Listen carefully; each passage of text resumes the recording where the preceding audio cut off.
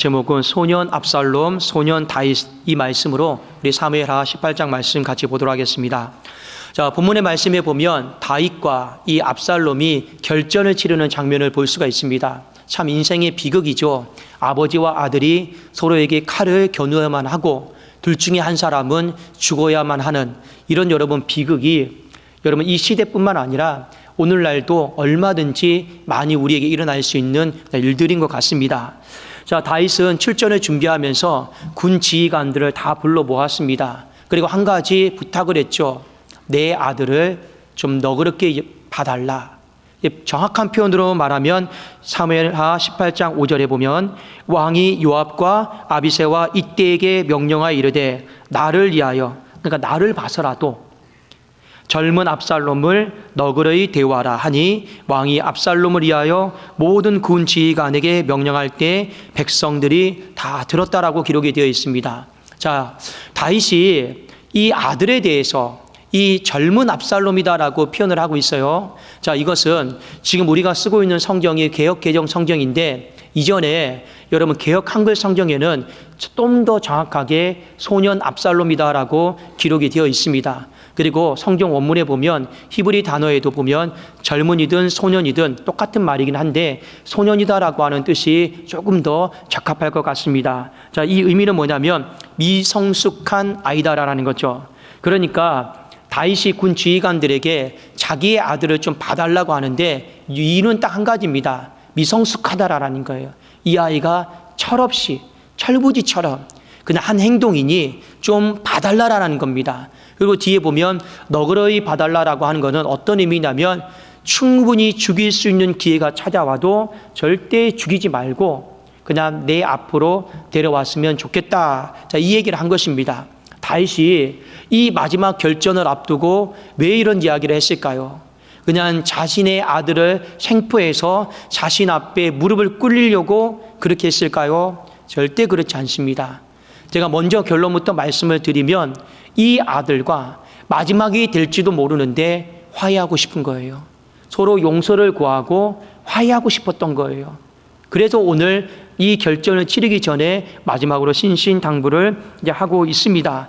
자, 전쟁이 시작이 되었습니다. 하나님께서 압살롬의 군대와 함께하지 않았고 다윗의 군대와 함께 하셨습니다. 그리고 하나님은 다윗에게 승리를 주셨는데 이 압살롬의 군대가 불리해졌어요. 8절 말씀에 보면 어떻게 되어 있냐면 2만 명이나 넘는 사람들이 죽었는데 칼에 죽은 사람보다 이 지형적인 이점, 이 지형의 불리함 속에서 숲을 가운데 죽은 사람들이 훨씬 더 많더라라는 거예요. 여기서 우리는 또 한 가지 교훈을 얻게 됩니다. 여러분, 하나님이 함께 하시지 않으면 우리의 인생이 생각이 다 안 맞게 되어 있어요. 계산이 다 안 맞게 되어 있습니다. 하나님이 함께 하셔야지만이 우리가 생각하는 거나 계산이 그나마 맞아 들어가는 거지, 하나님이 함께 하지 않으면 여러분 인생이 불필요한 지출들이 많이 생겨요. 엉뚱한 데서 지출들이 많이 발생하는 것을 우리는 깨달아야 되는 겁니다. 여기 보면 분명히 나와 있죠.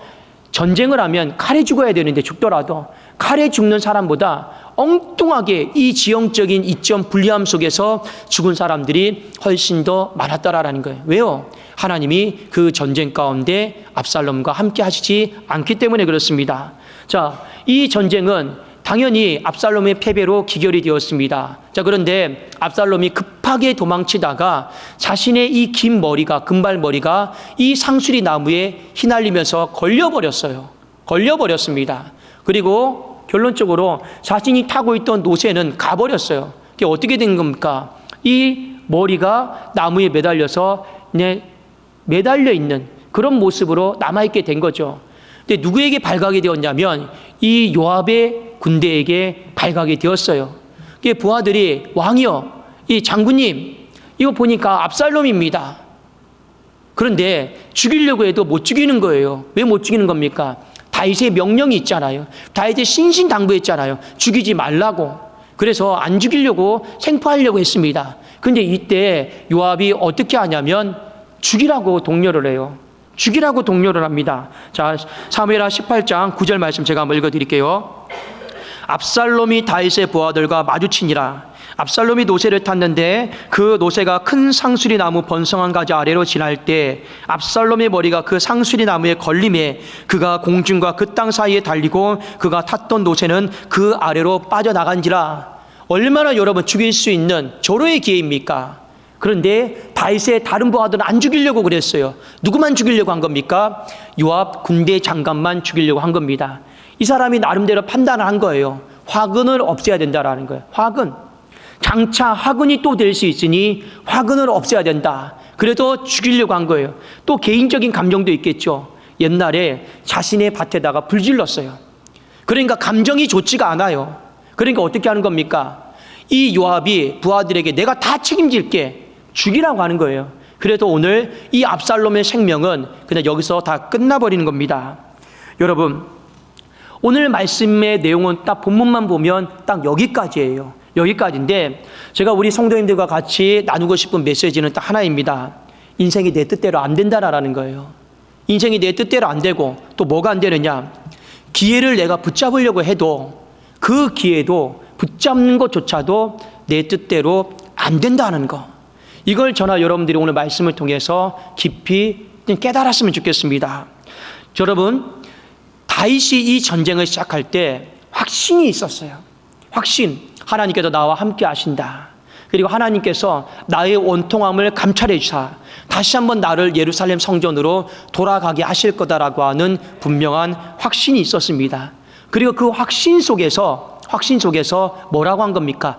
나를 위하여, 이 나를 위하여 소년 압살롬을 너그러이 봐달라고 했습니다. 그 뭘 나를 위하여입니까? 내가 내 아들과 마지막이 될지도 모르는데 내가 화해하고 싶다. 내가 서로 용서를 구하고 싶다. 그 서로 막힌 담들을 내가 좀 허물어 버리고 싶다. 그게 나를 위하여요. 이 소년 압살롬을 좀 너그러이 여겨달라고 제안을 했습니다. 자, 그래서 다윗의 수많은 부하들이 죽이기를 꺼려했어요. 꺼려했습니다. 그런데 하필이면 이 압살롬이 누구에게 걸린 겁니까? 이 요압에게 걸린 거예요. 그 관계가 좋지 않는 요압에게 걸린 거예요. 그리고 오늘 말씀이 결론적으로 보면 요압 한 사람만 여러분 그냥 자기의 생각대로 안 했으면 오늘 본문의 말씀은 다윗이 원한 대로 그냥 그대로 된 거예요. 그대로 되어서 서로 화해하고 용서를 구하고 그렇게 맞췄을지도 모르겠습니다. 자, 그런데 다윗은 오늘 이 기회를 살리고 싶었지만 이 기회를 살릴 수가 없었습니다. 그렇다면 다윗의 인생 가운데 아들 압살롬과 화해할 기회가 없었을까요? 어마어마하게 많이 있었습니다. 어마어마하게 많이 화해할 기회가 있었고 서로 용서할 기회가 있었습니다. 그런데 문제는 무엇입니까? 수많은 시간들을 화해할 기회를 놓쳤어요. 놓친 것도 아니죠. 그냥 방치해버린 겁니다. 방치한 겁니다. 잃어버린 거죠. 그래도 여러분 어떻게 된 겁니까? 그런데 다윗이 오늘 이 마지막 결전을 앞두고 생각이 드는 거예요. 어떻게 하다가 이 지경까지 왔을까?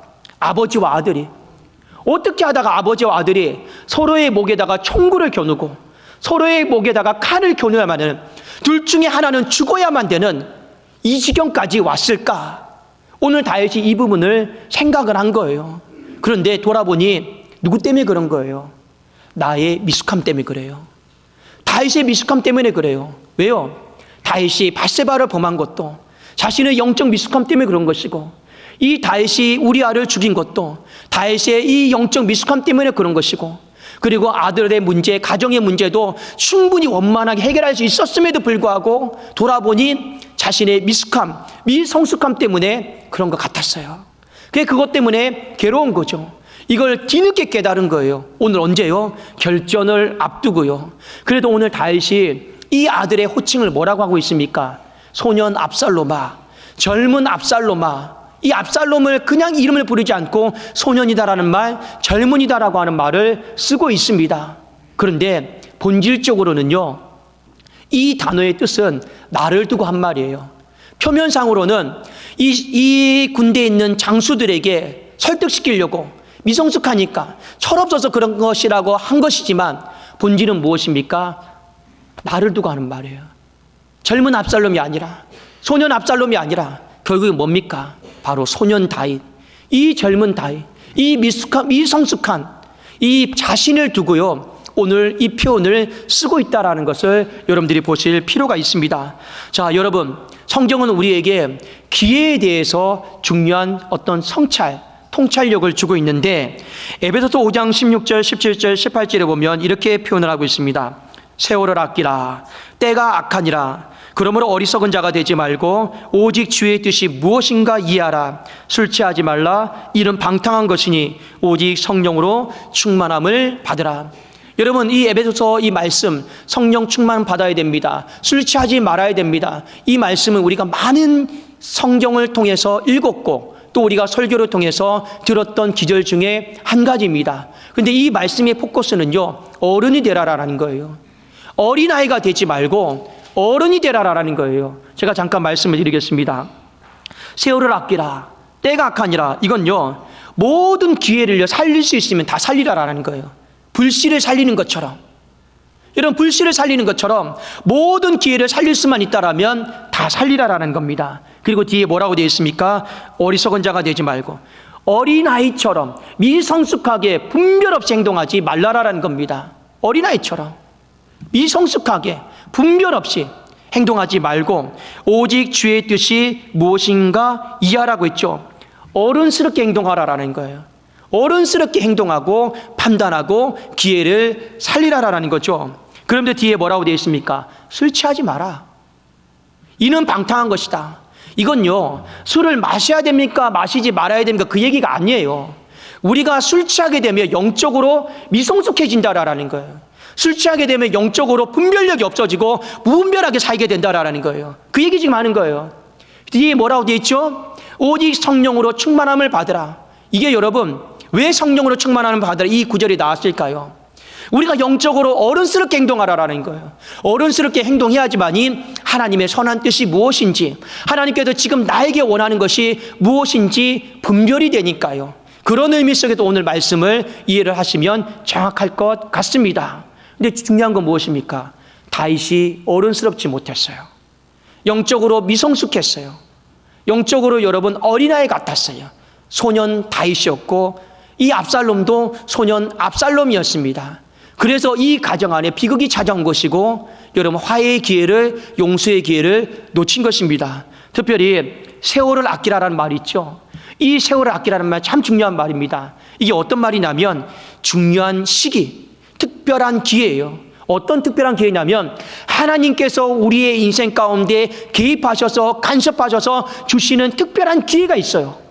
특별한 기회를 바로 세월이라고 표현을 했고 이걸 아끼라고 했습니다. 이 아끼라고 하는 표현이 어떤 뜻이냐면 모든 걸 다 동원해서 내가 대가를 다 지불하고 내 모든 걸 다 지불해서라도 하나님 내게 그 주신 기회를요 살리라라는 거예요. 그게 바로 아끼라는 뜻입니다. 여러분, 제가 내일부터 청년들과 같이 수련회를 가요. 수련회를 가는데 어떤 청년에게 권면을 하다가 한 청년이 좀 수련회를 가는 것이 어렵다고 말한 청년이 있었습니다. 자, 그런데 그 청년이 작년 딱 이맘때 때 겨울 수련회 때 목사님 하면서 그냥 안 하던 말을 했어요. 목사님, 겨울 수련회 때 저 정말 은혜를 많이 받았어요. 은혜를 많이 받아서 너무 행복했어요. 진짜 그렇게 말했던 청년이 있었어요. 그리고 이 청년이 교회 행사에도 잘 참여를 하다가 이게 이제 오는 순간에 주일날 자꾸만 주일 성수가 안 되는 거예요. 직장에도 출근할 걸 요구하고 그러면서 한 해 동안 주일이 다 무너져 버렸어요. 무너져 버렸어요. 그래도 제가 그 청년을 정말 52주 가운데 본 날이 3분의 1도 안 됩니다. 그런데 이 청년에게 권면을 했어요. 연락도 안 받았는데 한번 진지하게 내가 너한테 하고 싶은 얘기가 있다. 목사님, 뭔데요? 너가 작년 이맘때 겨울 수련회 때 은혜를 받아서 목사님에게 자랑한 적이 있지. 이번 겨울 수련회가 있는데 꼭 같이 한번 갔으면 좋겠다. 근데 여러분 아시잖아요. 이미 예배의 삶이 다 무너졌는데 이 권면이 얼마나 설득이 되겠습니까? 근데 제가 정말 진지하게 부탁을 했어요. 근데 이 청년이 저한테 이렇게 얘기하는 거예요. 한번 목사님 생각해 보겠습니다. 그래서 제가 그 청년이 속해 있는 구역 리더에게 이야기를 했습니다. 한번 생각해 보겠다고 같이 기도하자. 그런데 그 청년끼리 서로 이야기하다가 내일 출발하는 날 점심 때 중요한 가족끼리 약속이 있대요. 저희는 오전 9시 10분에 출발하는데 중요한 약속이 있대요. 그럼 결국에 뭡니까? 우리가 경기도 남양주까지 가는데 차량이 문제가 걸려요. 차량이 문제가 걸립니다. 그러니까 이 청년이 결국에는 결론이 이렇게 났어요. 그냥 못 갈 것 같습니다. 그냥 다음에 갈게요. 솔직히 우리 기독교인들이 자주 하는 거짓말 중에 하나가 다음에 할게요거든요. 이게 자주 단골이잖아요. 그거는요 거짓말이잖아요. 그런데 그렇게 해서 다 접어버리려고 그랬어요. 그래도 이 청년이 저한테도 목사님 그냥 다음에 갈게요. 이렇게 끝났습니다. 자, 그런데 제가 기도하다가 어떻게 보면 이 청년이 다시 한번 하나님 앞에 돌아올 수 있는 마지막 기회일 수도 있겠다. 제 마음속에 그런 생각이 드는 거예요. 마지막 기회일 수 있겠다. 이 청년을 세우는. 그래도 제가 이 청년에게 그랬습니다. 차 문제가 많이 불편하면 너 차 있지 않냐? 차 있지 않냐? 예, 목사님 차 있어요. 제가 그냥 단도직입적으로 얘기했습니다. 기름값 내가 다 줄게. 그냥 너만 왔으면 좋겠다. 다른 방법이라도 내가 너를 픽업할 수는 하겠지만 할 수는 없고 목사님이 기름값은 내가 넉넉하게 다 줄 테니까 너만이라도 왔으면 좋겠다. 제가 이 얘기를 했어요. 왜 그런지 아십니까? 100번을 생각하고 1000번을 생각해도 하나님이 주신 기회예요. 어떤 기회입니까? 저 영혼을 다시 신앙을 마지막 살릴 수 있는 기회가 될지도 모르겠다. 그 생각이 제 안에서 계속해서 드는 거예요. 그래서 제가 그 기회를 살리려고 몸부림치는 거예요. 사랑하는 여러분, 하나님은요 분명히 우리에게 특별한 기회를 주십니다. 간섭하시고 개입하셔요. 그런데 문제는 뭡니까? 우리가 술 취해 있어요. 여러분, 육신적으로 술 취했다는 이야기가 아닙니다. 이 자꾸만 영적으로 어려워요. 미성숙해요. 그러다 보니 어떻게 되는 겁니까? 그 기회들을 놓쳐요. 그러나 우리가 만일 성령 충만하게 되면 이건 하나님이 우리에게 주신 기회다라고 하는 것이 보이게 될 것입니다. 그러면 우리는 당연히 세월을 내가 어떻게 아껴야 될지, 내가 어떤 희생과 대가와 비용을 치러서라도 내가 이 기회를 아껴야겠다, 살려야겠다라는 마음이 우리 안에 들지 않겠느냐라는 거예요. 여러분, 사람과의 관계도 마찬가지입니다. 사람과의 관계도 마찬가지예요. 분명히 돌아보면 하나님은요 화해할 기회를 줬어요. 서로 용서할 기회를 줬습니다. 근데 우리가 기회를 못 살려요. 왠지 아십니까? 내 생각과 내 감정과 내 의지와 이 모든 자존심들이 허락하지 않거든요. 근데 우리는 많이 그 상황 속에서 술 취해 있고 미숙하다라고 하면 기회를 잃어버릴 거예요. 그러나 만약 그런 상황에도 불구하고 우리가 성령 충만하고 어른스럽다라고 하면 내 생각 내려놓고 내 감정, 내 자존심 내려놓고 내 의지까지 다 내려놓고 우리는 어떻게 하는 겁니까? 그 기회를 살리려고 하는 거예요. 그런데 오늘 다윗이 100번을 생각하고 1000번을 생각해도 내가 몸만 어른이다라는 거예요. 100번을 생각하고 1000번을 생각해도 내가 지난 모든 삶들이 너무 미성숙하고 너무 어린아이 같은 신앙이었다라는 거예요. 그 자존심이 뭐라고, 그 생각이 뭐라고, 그 의지는 왜 이렇게 게을러서 그걸 지금 오늘 마지막에 한탄하고 있는 거예요. 그리고 상황을 보니 진짜 오늘이 내 인생에 내 아들과 마지막으로 화해할 수 있는 기회일 거다라는 거 직감하는 거죠. 그래도 모든 부하들에게 신신당부해서 부탁을 해요. 살아 돌아오기만은, 살아 돌아오기만은. 그리고 하나님은요 그 기회를 주시려고 그랬어요. 그런데 인생이 뜻대로 안 되더라는 거예요. 안 되더라라는 거예요. 그래도 오늘 다윗은요 이 사무엘하 18장 33절에 보면 마지막으로 울면서 마칩니다. 어떻게 울면서 마치느냐? 왕의 마음이 심히 아파 문 2층으로 올라가서 우니라. 그가 올라갈 때 말하기를 내 아들 압살롬아, 내 아들 내 아들 압살롬아, 차라리 내가 너를 대신하여 죽었다면 압살롬 내 아들아 내 아들아 하였더라. 근데 기회가 없는 거예요. 없는 겁니다. 사랑하는 여러분, 제가 항상 설교 말씀을 준비하다가 우리 성도님들에게 적용점에 대해 말씀을 드립니다. 십자가를 잘 그리시라고요. 십자가를. 오늘은 기회에 대해서 십자가에 말씀드리겠습니다. 하나님이 우리에게 수직적인 기회를 주세요. 그리고 수평적인 기회도 하나님이 주십니다. 돌아보면 하나님이 반드시 우리의 인생 가운데 수직적인 기회, 예배 드릴 기회도 주셔요. 그리고 회개할 기회도 하나님은 주십니다. 근데 문제는 뭐냐? 예배 드릴 기회를 충분히 줌에도 불구하고 죄송한 말씀이지만 건강이 회복되면 놀러 다니시더라고요. 예배 드릴 기회를 충분히 주지만 돈 벌러 다니시더라고요. 특히 건강을 잃어버렸다가 다시 회복된 분들이 이 예배의 기회를 놓치는 분들이 굉장히 많아요. 왠지 아십니까? 내 잃어버렸던 건강의 시간만큼 다시 돈을 벌어야 되니까요. 기회 놓치는 겁니다. 죄송하지만요. 하나님이 돌아보면 얼마나 많이 우리에게 수직적인 기회를 주시는지 몰라요.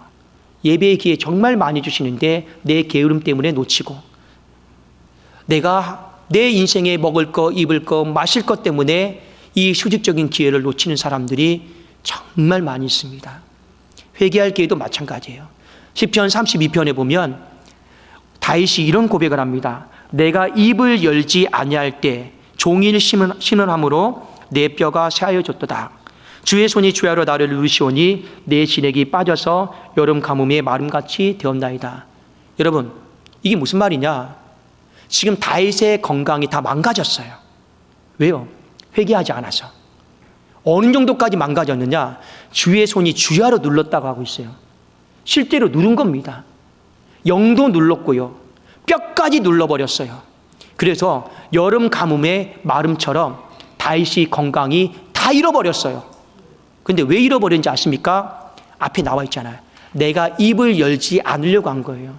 하나님이 회개해라, 회개해라, 회개해라 수도 없이 말씀을 하셨음에도 불구하고 뭐 한 거예요? 회개할 기회를 방치한 거예요. 그래서 하나님이 어떻게 하는 겁니까? 주야로 눌러버린 거예요. 영과 육을. 그래서 지금은 영도 다 상해 있고 몸도 다 상해 있는 거예요. 그래도 어떻게 하는 거예요?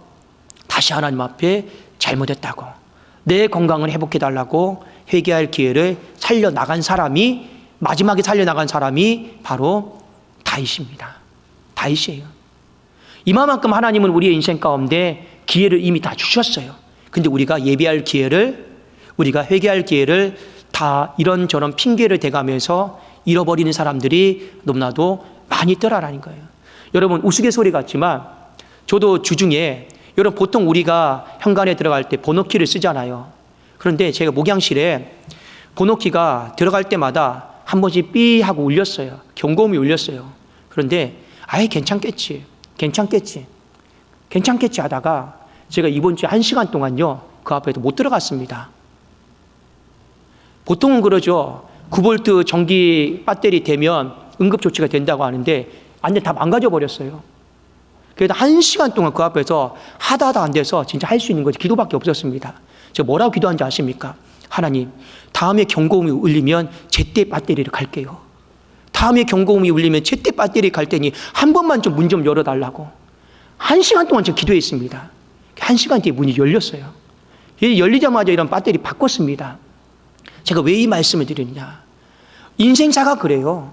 분명히 하나님이 예비할 기회든 회개할 기회든 우리에게 경고음을 다 주십니다. 근데 문제는 무엇입니까? 그 기회를 우리가 아끼지 못하는 거예요. 살리지 못하는 사람들이 너무나도 많이 있더라라는 거예요. 여러분, 수직적인 기회 분명히 다 주셔요. 여러분, 그래서 건강할 때, 조금 더 기력이 있을 때 하나님 앞에 더 예배드리고 하나님 앞에 더 회개하고 하나님 앞에 이 기회를 잘 살릴 수 있기를 주님의 이름으로 축원합니다. 또 하나, 수평적인 기회예요. 수평적인 기회는 여러분 잘 살려야 됩니다. 왜냐? 수직적인 기회는 하나님과 나와의 관계예요.